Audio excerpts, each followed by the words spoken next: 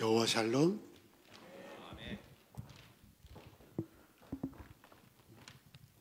계절의 변화를 우리에게 주신 5가지 감각이 있죠. 이 오감으로 느끼는 행복.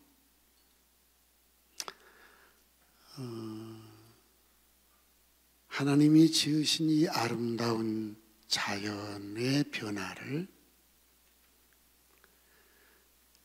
내게 주신 5가지 감각으로 느끼면서 아름답다,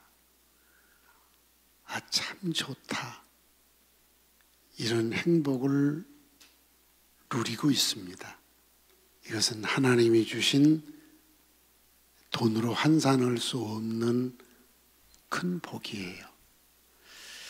이 복을 주신 하나님께 감사합니다. 박수로 한번 표현해 볼까요?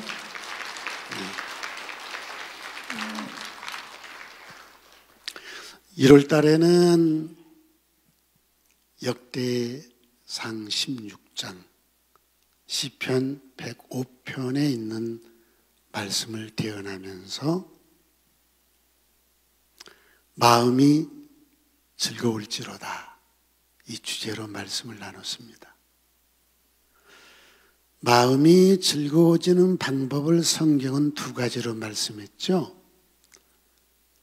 성도가 마음이 즐거우려면 여호와의 거룩한 이름을 자랑해라. 그리고 그분께 구해서 응답을 받아라. 그러면 그분이 주시는 마음의 즐거움을 누릴 것이다. 이건 오직 성도만이 누릴 수 있는 특권이고 성도의 행복입니다. 이 행복을 날마다 누리시기를 바랍니다. 쉽지 않아요. 환경이 우리를 가만두지 않지 않습니까? 그래서 우리는 그 마음의 즐거움을 누리기 위한 노력이 필요합니다. 2월 달에는 창세기 12장의 말씀을 대언해 드렸습니다. 주제는 복이 될지라. 아브라함을 통해서 교훈을 받았습니다. 아브라함이나 사라 고향을 보니, 출신 가문을 보니, 그들이 가지고 있는 성품을 보니 우리보다 별로 나은 게 없다. 어쩌면 우리보다 못한 것도 많다. 아브라함이나 사라는 전설적인 인물이 절대로 아니고 그의 부모를 보아도, 그의 가문을 보아도, 그의 고향을 보아도 우리보다 별로 나은 게 없다. 그렇다면 나도 아브라함처럼 복이 되어 살 수 있다. 이 말씀을 같이 나눴었습니다. 복이 된 사람은 나 때문에 다른 사람이 복을 받는 겁니다. 복인 나를 누가 해코지하면 하나님이 그를 가만두지 않았습니다. 그건 아브라함을 통해서 우리가 배운 겁니다. 오늘은 누가복음 19장 28절에서 40절에 있는 말씀을 여러분에게 대언해 드리고 또 강론하고 이걸 어떻게 지키고 살 것인가 적용하는 시간을 가지려고 합니다. 지금은 사순절 기간입니다. 사순절이라고 하는 절기는 성경에 나와 있는 절기가 아닙니다. 우리 기독교 초기 신앙생활을 잘 했던 유럽 쪽의 성도들이 예수님의 십자가에 죽으신 날, 그리고 죽었다가 3일 만에 부활하신 날을 지키면서 요 기간 동안에 우리 신앙을 더 상승시키고 더 행복한 성도가 되어보는 게 좋겠다. 그래서 주일을 빼고 40일 동안 세속에 빠지는 육체의 욕망을 조금 절제해보자. 그리고 영적인 쪽에 더 신경을 써보자. 40이라고 하는 숫자가 고난을 의미합니다. 그래서 주일을 빼고 평일 40일 동안 한번 이렇게 살아보자. 그래서 숫자를 세보니까 수요일부터 시작돼요. 그래서 그 수요일을 먼저 회개부터 하자. 성경에 보면은 유대인들이 회개할 때 죄를 무릅쓰고 회개합니다. 그래서 이 수요일을 죄의 수요일, 회개의 수요일, 이렇게 해서 사순절을 지켰어요. 기독교인도 다양하지 않습니까? 그래서 개혁적이라고 말하는 분들 중에 이건 별로 좋지 않다. 이건 로만 캐톨릭의 산물이다. 뭐 이런 분들이 있습니다. 그런데 어떤 것을 제정해 놓고 그냥 의미 없이 습관적으로 형식적으로 하면은 그런 비난을 받는 것도 좋죠. 그런데 실제로 어떤 기간을 정해놓고 더 경건하게 살기 위한 노력을 하는 것은 안 하는 것보다는 훨씬 좋은 거죠. 그래서 우리 교회가 사순절을 지키고 있죠. 아까 담임 목사님께서 사순절에 우리 교회에 두 가지 큰 목적이 있습니다. 첫 번째 목적은 우리 신앙을 더 성숙시키는 일에 힘씁시다. 두 번째 목적은 예수님이 십자가에 죽으신 이유가 죄인 구원이니까 전도에 힘씁시다. 아멘. 이 두 가지 힘쓰시기 바랍니다. 사순절이 시작돼서 지금 진행되고 있는데 어떤 말씀을 나눌까요? 엎드려 기도할 때 성령께서 예수님이 죄인 구원을 위해서 예루살렘의 생애 마지막으로 들어갑니다. 33살 청년이 이제 예루살렘에 가면 잡혀서 참혹한 십자가형을 받고 죽어야 된다는 걸 본인이 알고 있습니다. 그냥 죽는 게 아니고요. 이 청년이 붙잡혀서 조롱받고 사정 두지 않고 두들겨 맞고 나무에 달려 못을 박아서 처참하게 죽는, 그 당시 최고로 잔인하게 죽이는 형태를 위해서 죽는 것을 알았어요. 그리고 그 죽음을 향해서 마지막으로 33살 청년이 예루살렘에 들어갑니다. 이 예루살렘에 들어가서 일주일 동안에 굉장히 많은 교훈의 말씀을 하시고 십자가에 죽으시고 부활하시는데, 신약 성경에 보면은 예수님의 33년의 생애를 기록했는데 이 마지막 예루살렘에 들어간 일주일의 기록이 마태, 마가, 누가, 요한복음, 사복음서의 3분의 1을 차지하고 있습니다. 이렇게 한 주간의 기록이 신앙생활하는 모든 사람에게 중요한 교훈이 되기 때문에 성경에다 기록을 해놓은 거죠. 그래서 예루살렘에 예수님이 들어가는 이 장면이 기록된 누가복음 19장 28절에서 40절 이 짧은 내용을 오늘 대언해 드리고, 이것을 기록해 놓은 것은 이렇게 신앙생활 하라고 기록해 놓은 거니까 거기에 대한 강론과 어떻게 실천할 것인가에 대한 얘기를 나누는 것이 좋겠다. 성령께서 내 마음을 이렇게 움직여 주셨습니다. 그래서 오늘 이 말씀을 여러분에게 먼저 대언하고 그 다음에 강론과 적용을 하려고 합니다.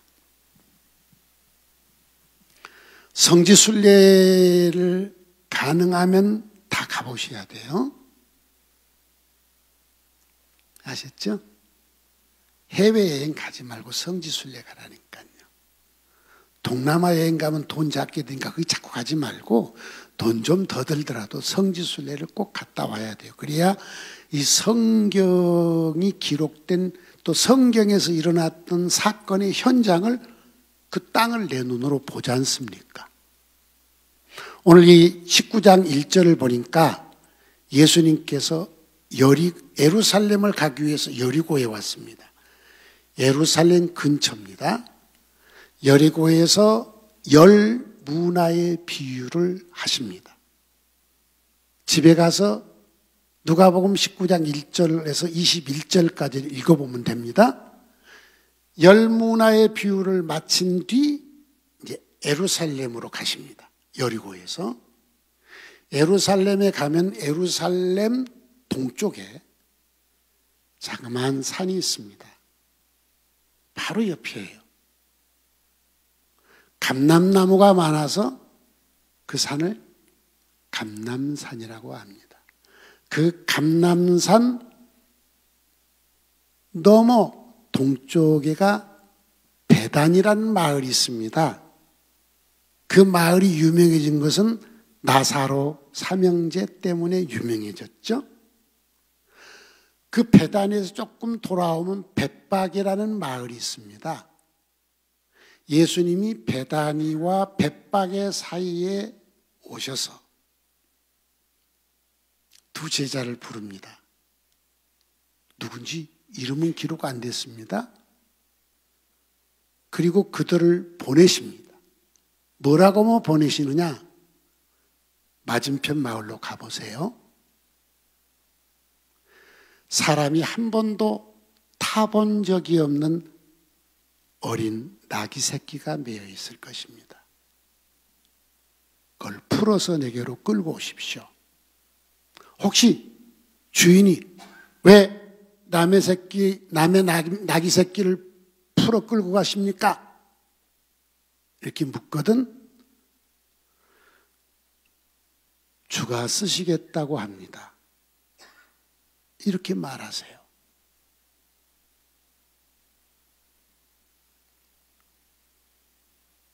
예수님이 하신 말이 돼요, 안 돼요? 여러분, 도덕적으로 맞지 않잖아요. 남의 나귀 새끼를 그냥 풀어 끌고 오래요. 주인이 놀래가지고 왜 그러냐고 하면 주가 쓰시겠다고 해라. 이성적으로 이해가 안 돼요. 도덕적으로 이해가 안 돼요. 만일에 여러분에게 그런 얘기를 누가 한다면 얼마나 머릿속이 복잡하고 할 말이 많아요. 왜요? 하고 할 말이 많잖아요. 이 두 제자도 우리와 똑같잖아요. 그런데 신기한 것은 성경에 왜요?가 기록이 없어요. 그냥 간 거예요. 가보니까 나귀 새끼가 매여 있습니다. 여러분, 그 당시 이스라엘 나라에는 나귀를 키우니까 마을에 가면은 나귀가 새끼를 낳은 나귀도 있겠죠. 그래서 그 새끼들이 뛰돌아다니지 않도록 목에 매서 나무에 매달아 놓은 나귀 새끼가 마을마다 있지 않겠어요? 그 풀어가지고 끌고 갈 때 두 제자 마음이 어땠을까요? 얼마나 조마조마했을까요? 남의 것을 주인의 허락도 안 받고 끌고 가니까. 아니나 다를까? 어디서 주인이 나타나서 여보! 남의 나귀 새끼를 왜 풀어 끌고 가시오? 제자들이 얼마나 멋쓰겠겠어요.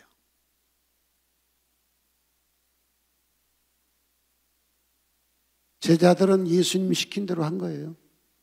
주가 쓰시겠다고 하십니다. 그리고 그냥 끌고 가는 겁니다. 나귀 새끼를 끌고 오니까 바로 코앞에가 예루살렘이에요. 감람산에서 기다리고 있던 예수님과 제자들이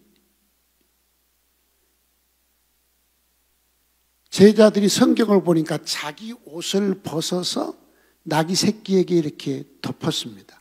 예수대로 타라는 거죠. 예수가 올라탔습니다. 진짜 우스꽝스럽잖아요. 나귀 새끼가 얼마나 한지 못 보셨죠? 나는 가서 감람산에서 나귀 새끼를 거기 가면요, 돈 주고 관광객이 많이 오니까 성지순례 하는 사람이 오니까 나귀 새끼 돈 주고 타는 게 있어요. 그래서 내가 나귀 새끼를 이렇게 타봤죠. 내 다리가요 땅에 닿고 나귀 새끼가 내 몸무게 때문에 허리가 활처럼 휘어요. 이렇게. 아이고 불쌍해서 못 걸어가겠어요. 근데 33살 청년이 나귀 새끼 위에 올라탔어요. 그러니까 제자들이 자기 옷이에요. 남의 옷도 아니에요. 자기 옷을 벗어서 그 앞에 깝니다. 양탄자처럼.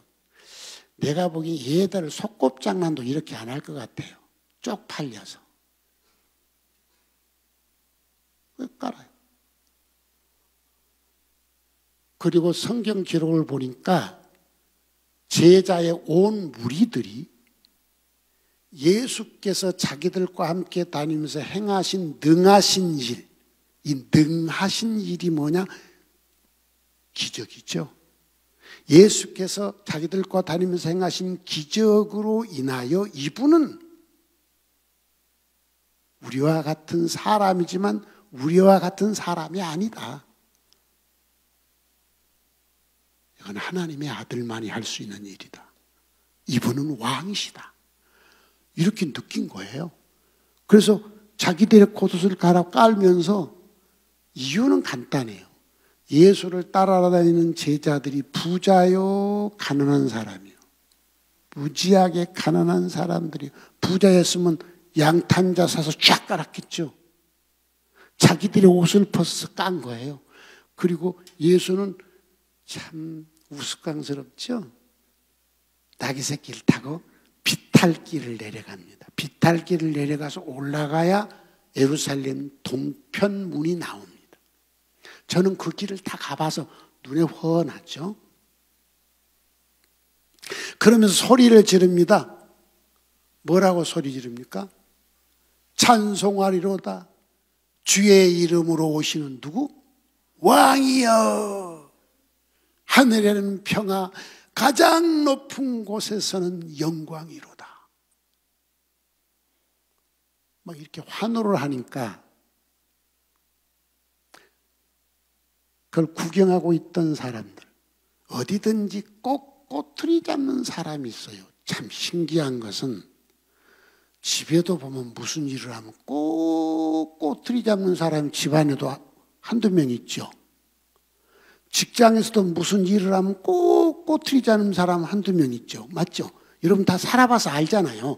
집안은 일도 해봤고 직장도 가봤고 교회에서도 무슨 일을 하려면 꼭 꼬투리 잡는 사람 있죠. 그 꼬투리 잡는 사람이 여러분일 수도 있어. 그렇죠? 여러분일 수도 있고 꼬투리 잡는 것을 본 분이 여러분일 수도 있고. 여러분 어디를 갔든지 못마땅해서 꼬투리 잡는 사람 되지 말기를 바랍니다. 아멘? 아이, 그거 좀 못마땅해도 입 다물고 가만히 있어. 좀 꼬투리 잡지 말고 그냥. 꼬투리 잡는다고 그 일을 안 하진 않더라고.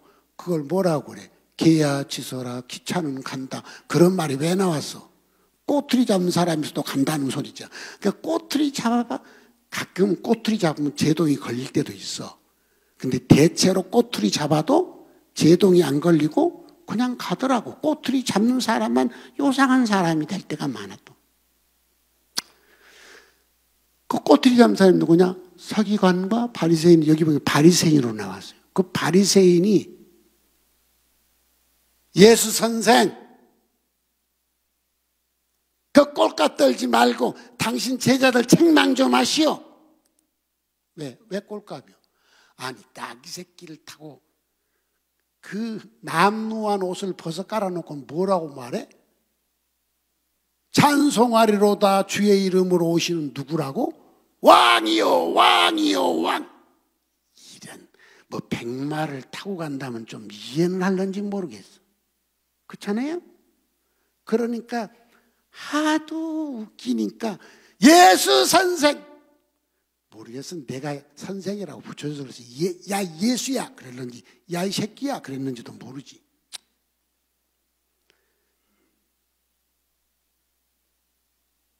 당신 제자들 책망 좀 해지. 말 같은 소리를 해야지. 그러니까 예수가 뭐라고 합니까? 가만두시오. 저 사람들이 소리를 안 지르면 이 감람산에 있는 돌들이 소리를 지를 것이요. 여기까지가 오늘 누가복음 19장 18절로 40절에 있는 짧은 내용의 말씀입니다. 여러분에게 대언해 드렸으니까 이제 이 말씀을 강론하고 적용하는 시간을 갖도록 하겠습니다. 첫 번째 하고 싶은 강론이 있습니다. 예수가 왜 이랬을까? 이해가 되십니까?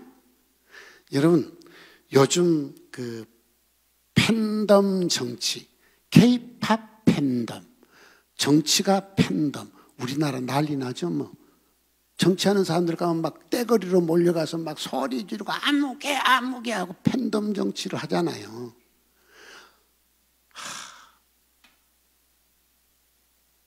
여기도 보면은 정치 성향이 다 다르니까 그러는데 이해 안 되는 게 저는 많아요. 악하고 죄짓고 범죄하고 현행범이고 막 이런데도 막 좋아서 난리인데 야, 이게 우리나라 국민성이 왜 이런가 하는 생각을 가끔은 가져볼 때가 있습니다. 막 악한 소리하고 막 상대방을 악마로 만들고 막 이러는데도 좋아서 박수를 치는 이게 한국의 정치. 그럼 한국만 그러냐? 아니에요. 세계가 다 그런 것 같아요. 참 신기하다. 근데 예수 팬덤이 있을까요? 없을까요? 엄청났죠. 예수가 가는 곳마다 구름대처럼 사람이 몰리는 팬덤이 있었어요? 없었어요? 성경에 기록해 놨잖아요. 여러분 팬덤에 빠지면 영웅심리에 빠지지 않습니까? 그렇죠? 그런데 이 예수는 팬덤에 빠지지 않았어요. 어찌 이렇게 우스꽝스러운 일을 했을까요? 예수를 왕 삼자는 구름대처럼 몰려다니는 팬덤이 있음에도 예수는 어찌 이렇게 어리석은 짓을 했을까요? 예수님이 여기서 신앙생활을 어떻게 해야 될 것인가를 우리에게 보여주셨어요. 예수님이 그렇게 꼭 하고 싶었을까요? 한번 여러분 생각해 보세요. 따르는 무리가 수만인데 그렇게 우스꽝스러운 짓을 하고 싶었을까요? 아니에요. 누구도 그럴 마음이 없을 거예요. 그런데 예수님은 성경을 보니까 스가랴 9장 9절의 말씀을 실천하신 거예요. 말씀을 따라 그렇게 하신 겁니다.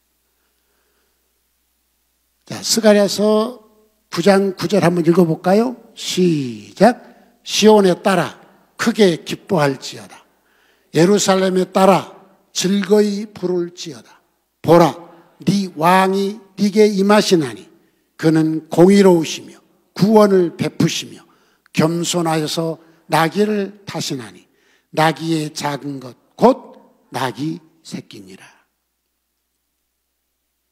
저 예언은 스가랴가 예수가 태어나기 약 520여 년 전, 그러니까 지금 예수가 33살이니까 550여 년 전에 한 예언의 글이에요. 지금 우리 시대로 따진다면 이시조선 초기나 고려 말기나 됐을 거예요. 이주 500년이니까 뭐 이시조선 초기쯤 되겠네요. 그때 한 얘기 지금 지키려면 지켜져 안 지켜져? 세월이 600여 년 지났어. 시대가 지나고 새로운 문화가 만들어지고 이러면 옛것은 사라져야 돼, 안 사라져야 돼? 사라지죠. 그런데 예수는 왜 600여 년 지난 옛 말을 그대로 지켰을까? 이 엄청난 팬덤을 무시하고 진짜 쪽팔리는 이 말씀을 지켰을까? 이런 거 고민 안 해보셨죠, 여러분? 고민해 보셨어요? 잘 생각해 보세요. 여러분, 보통 사람 같았으면 저 예언 무시하고요, 수많은 군중 앞에서 백마를 타고 양탄차를 깔고 본인이 안 해도 따르는 사람이 그렇게 해줄 거 아닙니까?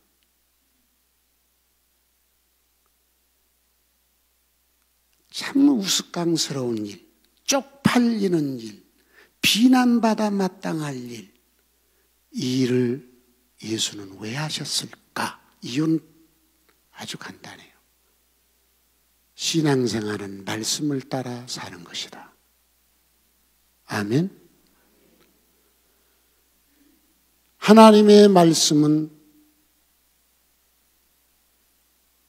세월이 지나도, 시대가 달라져도, 문화가 달라져도, 삶의 양상이 아무리 달라져도 성경은 그대로 지켜야 된다. 그러면 다른 문화 속에서 성경은 문화와 전혀 다른 얘기를 할 때 성경을 따라 살면 우스꽝스러워. 그 문화에서 볼 때는 진짜 또라이들이고 정말 우스꽝스러운 일 아닌가요? 그렇죠? 그래서 신앙인들이 성경을 읽고도 이거 지금 시대와 안 맞아. 그리고 이것을 각색하고 변형시켜서 상황 윤리를 따라, 상황에 따라 살려고 하잖아요. 그러면 세상과 똑같아요. 왜? 문화와 똑같이 같이 가기 때문에 다를 바 없어요.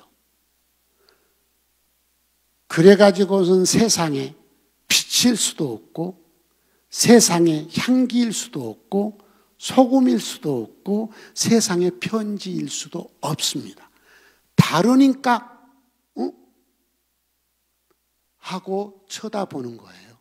그리고 좋다고 느껴지면 비치고 나쁘다고 싶으면 막 비난하고 그러는 거죠. 신앙생활은 문화를 따라가는 게 아닙니다. 아셨어요? 여러분은 신앙생활을 하겠다고. 그러니까 신은 살아계시다. 이게 믿는 게 신앙이요. 그러면 그 신의 말씀을 따라 살겠다. 그게 생활이요. 다시 얘기합니다. 신앙이 뭐냐? 인간이 아닌 인간 세상에 생사, 화, 복을 주관하신 신이 계시다. 아멘. 이거 믿죠? 이게 신앙이요. 그분이 계시니까 그분이 원하는 대로 산다. 이게 생활이요. 신앙, 생활.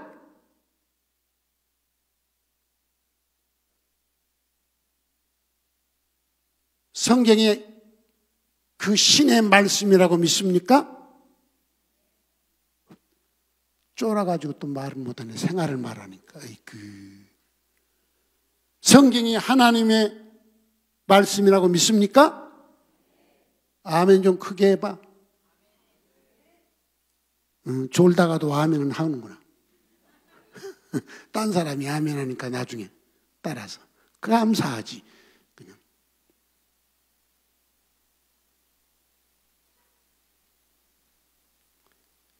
하나님의 살아계심을 믿습니까?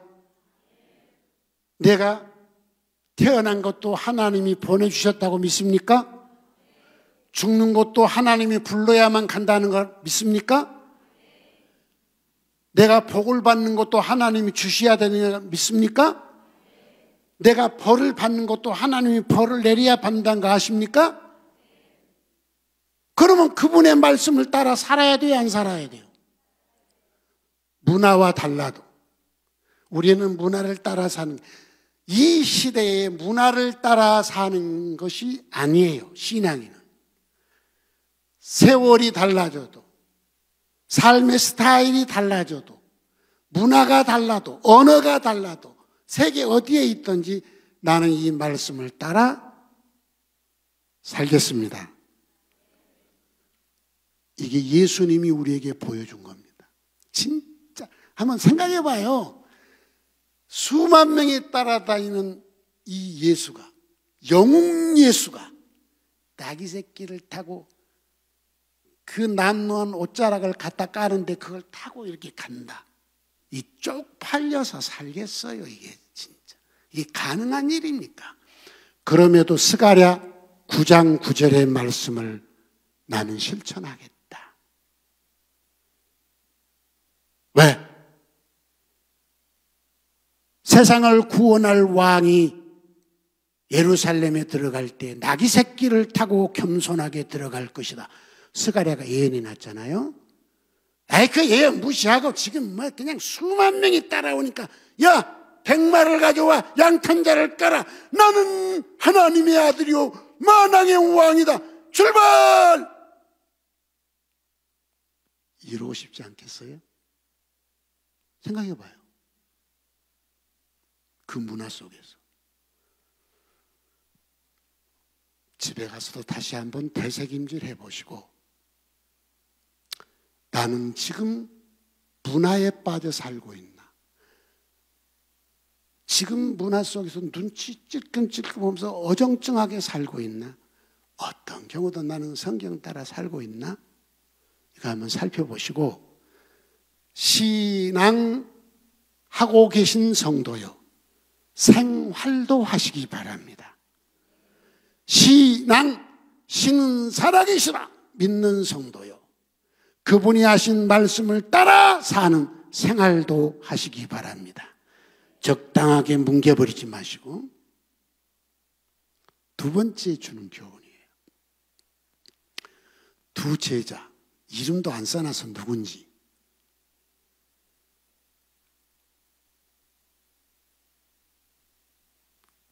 두 사람을 불러서 상식적이지 않는, 이성적이지 않는,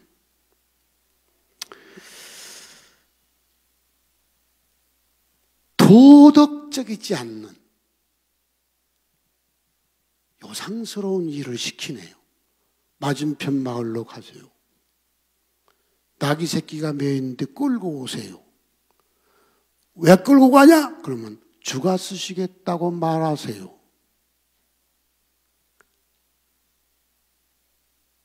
이 얘기를 들은 두 제자 머리가 얼마나 복잡할 건지 생각해 보세요.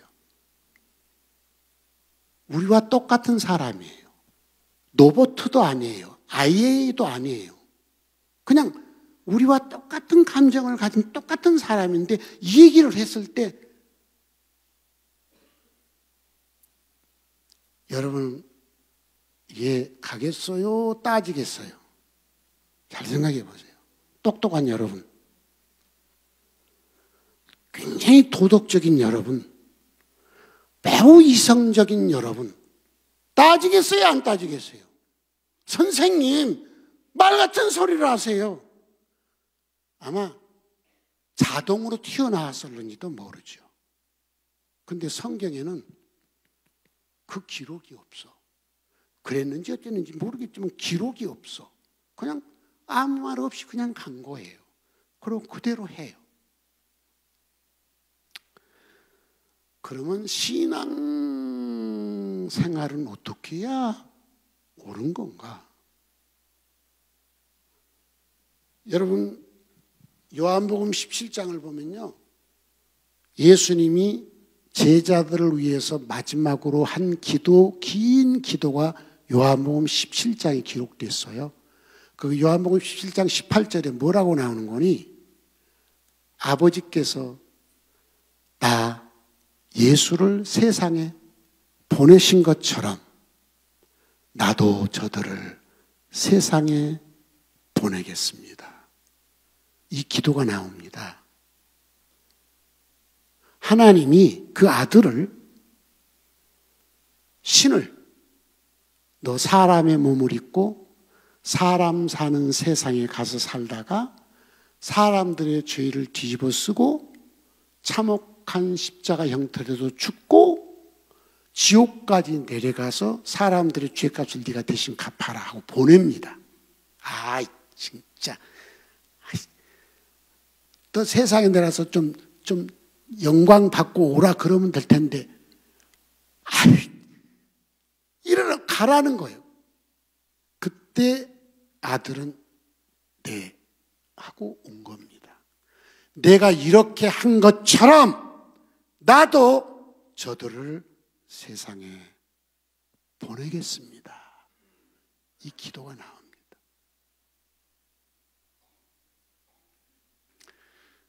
예수님 때문에 나는 내가 지은 죄, 그리고 지금도 실수하는 허물, 그리고 내 못된 성품, 이 모든 것들이 그대로지만 예수님이 그 죄 값을 다 갚아주시고 지금도 내 하는 짓거리가 참 별로 그렇지만 이런 것까지도 주님은 다 용서해 주시고 대신 내 모든 고통받아야 될 죄값을 주님이 받아주심으로 나 같은 것이 구원받았다. 이걸 믿는 게 우리들 아닙니까? 믿죠? 이 사실을 믿으시죠? 이건 진짜 기분 좋은 일이야. 맞죠? 근데 가라 그러면 기분 좋아해, 안 좋아해? 잘 생각해봐. 예수님은 그 영광을 다 버리고 가라. 누구를 위해서? 화석이를 위해서 가라. 저 화석이 개만도 못하고 짐승만도 못한 저 자식을 위해서 예수야 가라. 저 개만도 못한 화석이를 위해 네가 대신 죽어라. 예. 아우 그분이 죽어주셨어요. 내가 개만도 못한 사람이라는 걸 몰랐어요. 나 괜찮은 사람인 줄 알았어요.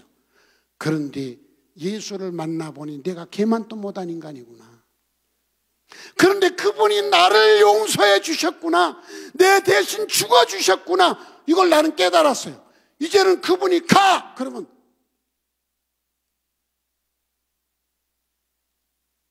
어디도 사양하지 않습니다. 살 가죽을 벗겨 죽이는 죽음의 현장이라도 네 그렇게 갈 겁니다. 저는 날마다 하는 기도, 여러분 알잖아요. 성경 5가지를 적용하는 거. 그 중에 4번째, 6가지 적용, 4번째 마복음 16장 15절 또 이르시되 하석이는 온 천하에 다니며 만민에게 복음을 전파하라. 주의 명령을 따라 200개 나라를 갔다 왔습니다. 이제 33개가 남았습니다. 주님, 칼라리에 선 아슬아슬한 내 몸을 지켜주세요. 내 몸이 허락하면은 33개 나라의 비자가 나오면 언제든지 가겠습니다. 이 기도 지금도 쉬지 않고 하고 있습니다. 성도요, 여러분을 주님이 구원해 주시기 위해서 얼마나 고통을 겪었는가를 생각해 보셨죠? 신이신 그분이 하늘의 영광을 버리고 죄인의 모습으로 오셨어요. 영선이를 구원하려고. 김영선? 네. 오셨어. 그리고 김영선이가 지금 그 많은 죄를 대신 걸머지고 대신 죽어주셨어. 지옥까지 가주셨어. 이걸 우리는 믿는 거죠. 이 말을 보고 웃긴다고 안 믿는 분들이 있어요. 꼭 어떡하겠어요. 근데 우리는 믿으니까 이 자리에 있는 거예요. 믿으니까 우리는 예수를 나의 구주라고 하는 거예요. 그분이 나한테 영선아 너도 가. 내가 너를 위해 죽어준 것처럼 너도 가서 죄인에게 복음을 전해서 그가 구원받게 해. 이 얘기입니다. 너 전도하러 갈 때 모욕당할 수 있어. 무시당할 수 있어. 돈 들어갈 수 있어. 피곤해. 욕 얻어먹을 수 있어. 어떤 때는 순교도 해야 될 때가 있어. 그래도 가야 돼. 왜? 그 사람을 구원해야 되지 않니? 아버지께서 나를 보내신 것처럼 나도 너를 보내노라. 구원받은 건 좋은데 가라니까 싫다. 이건 신앙은 가졌으나 생활이 엉망인 사람이. 이번 사순절에 그래도 나 때문에 죄인이 구원받은 사람 한 명은 있어야 될 거 아니에요. 나도 구원받았잖아요. 예수 때문에. 누군가가 나한테 전도해 줬어. 부모가 됐든 친척이 됐든 누가 됐든 전도해 줬어. 그리고 예수님 때문에 내가 구원받았어. 그러면 나도 누군가에게 복음을 해서 나 때문에 복음받은 사람이 구원받은 사람 여러분 주변에 있으면 얼마나 행복하겠어요. 이 얘기 들을 때마다 쪽팔릴 때가 있어. 나는 못하는데. 못하는 게 뭐예요? 안 가는데. 보내면 가야 돼요. 세 번째,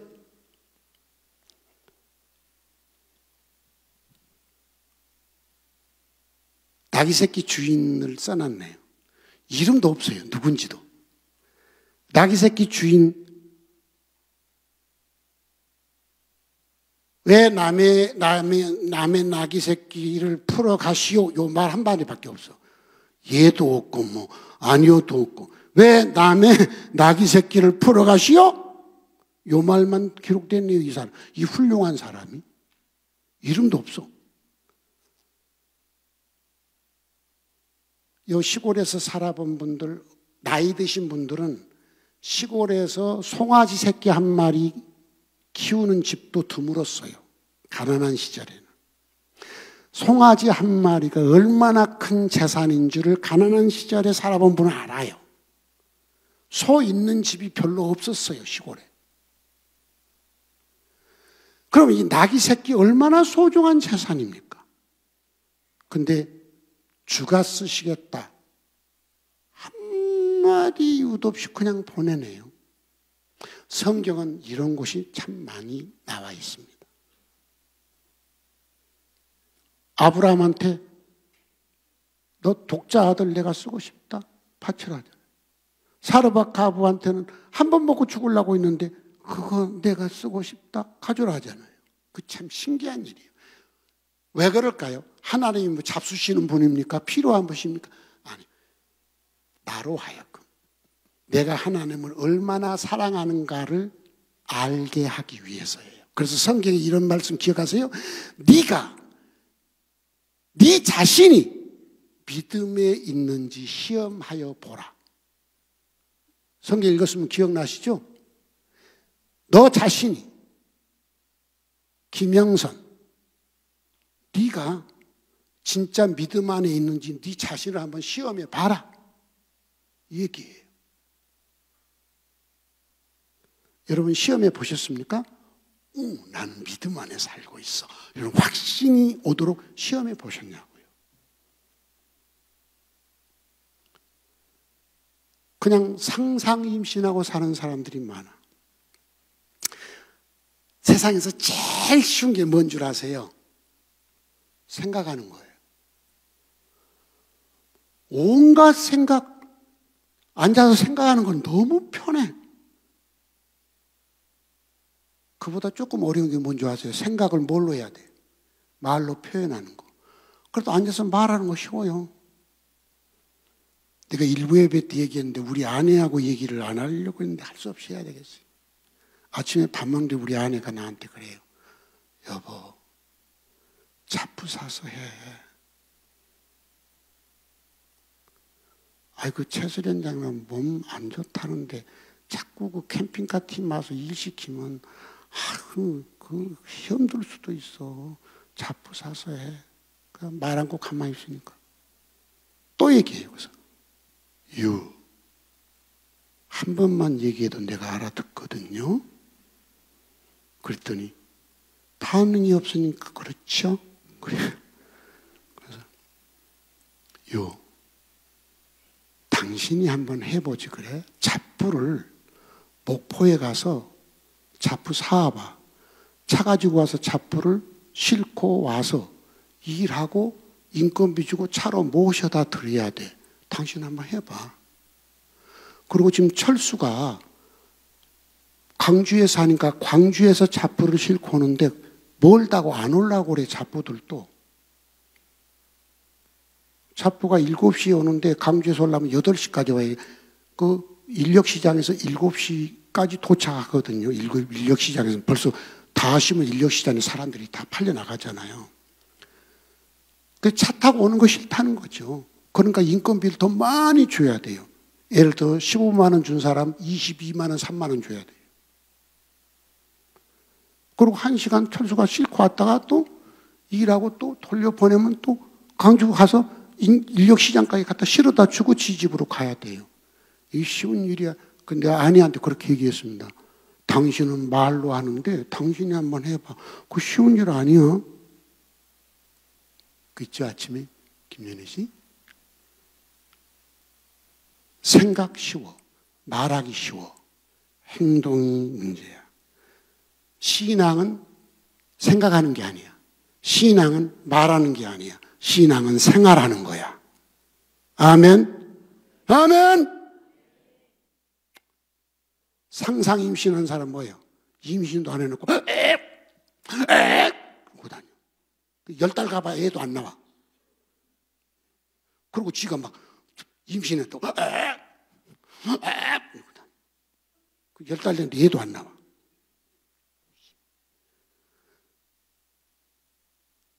오늘 수많은 그리스도인들이 상상으로 신앙생활하는 거예요.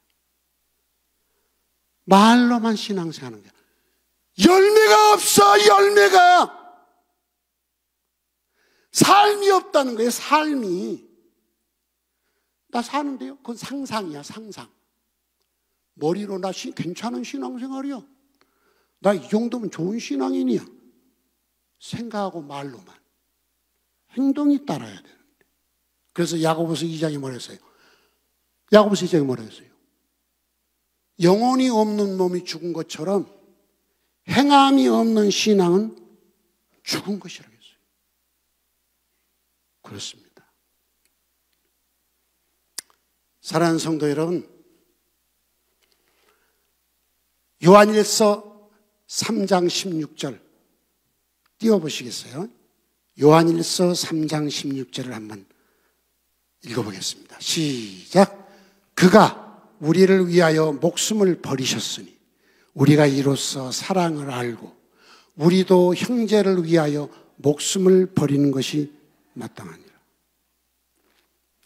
저 말씀이 무슨 말인지 해석이 필요 없죠? 예수님이 내 구원을 위해서 목숨을 버렸어. 이거 알아요? 몰라요? 알면 아멘. 그 다음 알았으면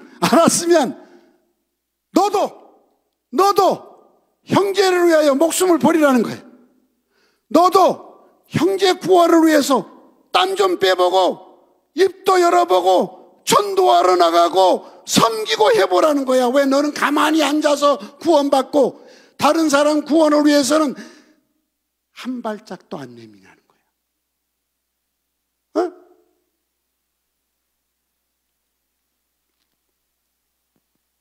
주가 여러분을 쓰시겠다고 하십니다. 영선아, 내가 널 쓰고 싶다? 이렇게 말한다 이 말이야. 그러면 뭐라고 해야 돼? 쓰세요. 영선아, 네 돈 1억 내가 좀 쓰고 싶다. 에이구, 난 못해요. 그러지 말고 주가 쓰시겠다. 여러분, 진짜 나를 사랑하는 사람 뭘로 알 수 있어요? 말로 사랑은 아니야. 진짜 사랑하는 사람은 나한테 자기 것은 뭐 하더라고요?